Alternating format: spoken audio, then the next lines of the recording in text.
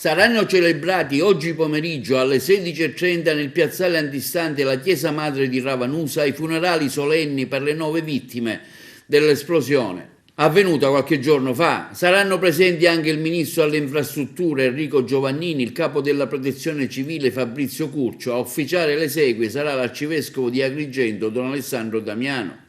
Intanto, per commemorare le vittime dell'esplosione, il presidente della regione siciliana Nello Musumeci ha disposto una giornata dei funerali che alle 12 venga osservato un minuto di silenzio negli uffici dell'amministrazione regionale, incluse le società partecipate e gli enti sottoposti al controllo della regione. I funerali saranno trasmessi in diretta dal piazzale antistante alla chiesa madre su Rai 1 alle 16:20 in poi, a cura del TG1, con il commento di Giuseppe Laveni e Giacinto Pinto.